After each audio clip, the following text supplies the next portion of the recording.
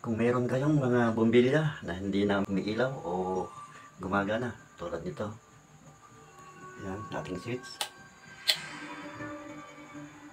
Yan, talagang hindi na siya umiilaw.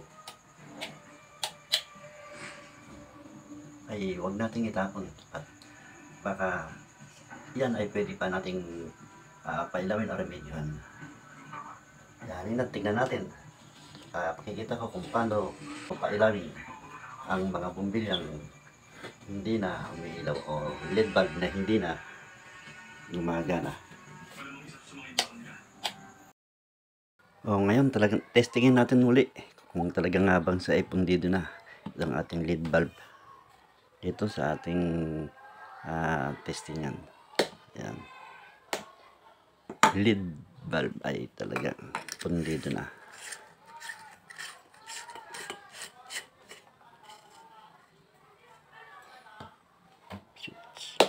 Yan, talagang hindi na nga siya maandar o gumagana itong ating LED bulb.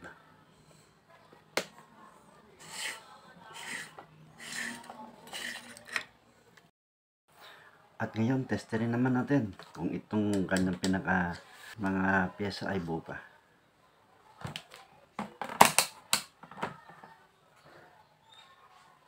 Ayan, pumapalo yung ating tester.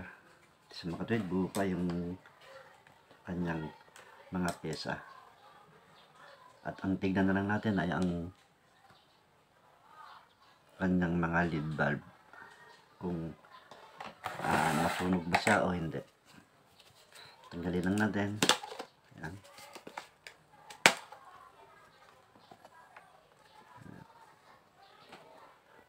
Ganda ang kanyang mga bulb pa. Ang kanyang mga LED. Hindi siya sunog. Ngayon, para malaman natin kung alin ang mga pundi rito, malaman natin kung ano ang mga pundi ay pwede natin siyang testerin kung paano, kung alin ang mga pundi rito. Ating testerin kung may pundi siyang LED bulb.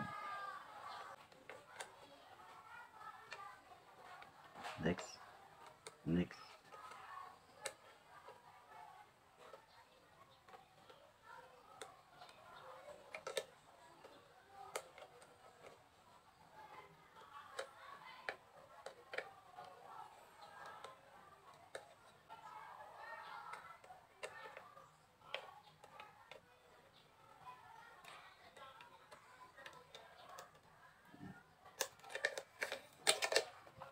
Isa lang ang kanyang sirang LED.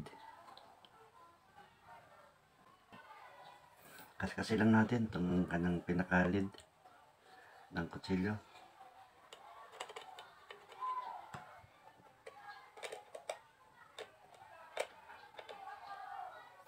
Yan.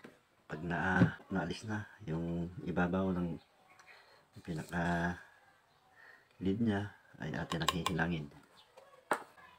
Ayan, atin na lang hilangin ng nasirang napundi na LED.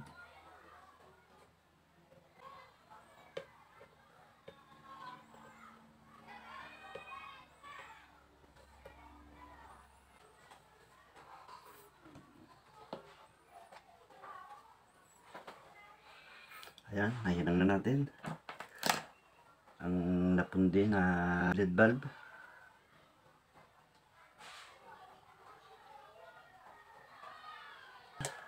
Testingin naman natin kung siya ay iilaw na o gagana na.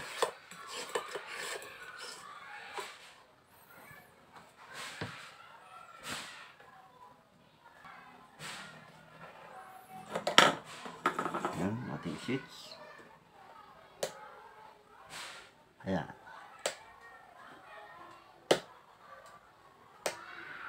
Kaya sa mga may napupundi na ilaw kayo, o halimbawa ay hindi gumagana na mga LED bulb, simple lang kung paano natin siya pagaganahin o pailawin. Ayan, umilaw na ang ating LED bulb. Kaya sa mga merong ganitong mga LED bulb na hindi siya gumagana, ayaw magitapon, sayang, at baka ito ay pwede pa ninyong pag-ubrahin.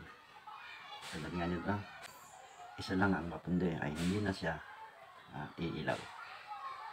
Atin na lang ikabit para malaman natin kung talagang okay na ba ang ating ginawang LED bulb.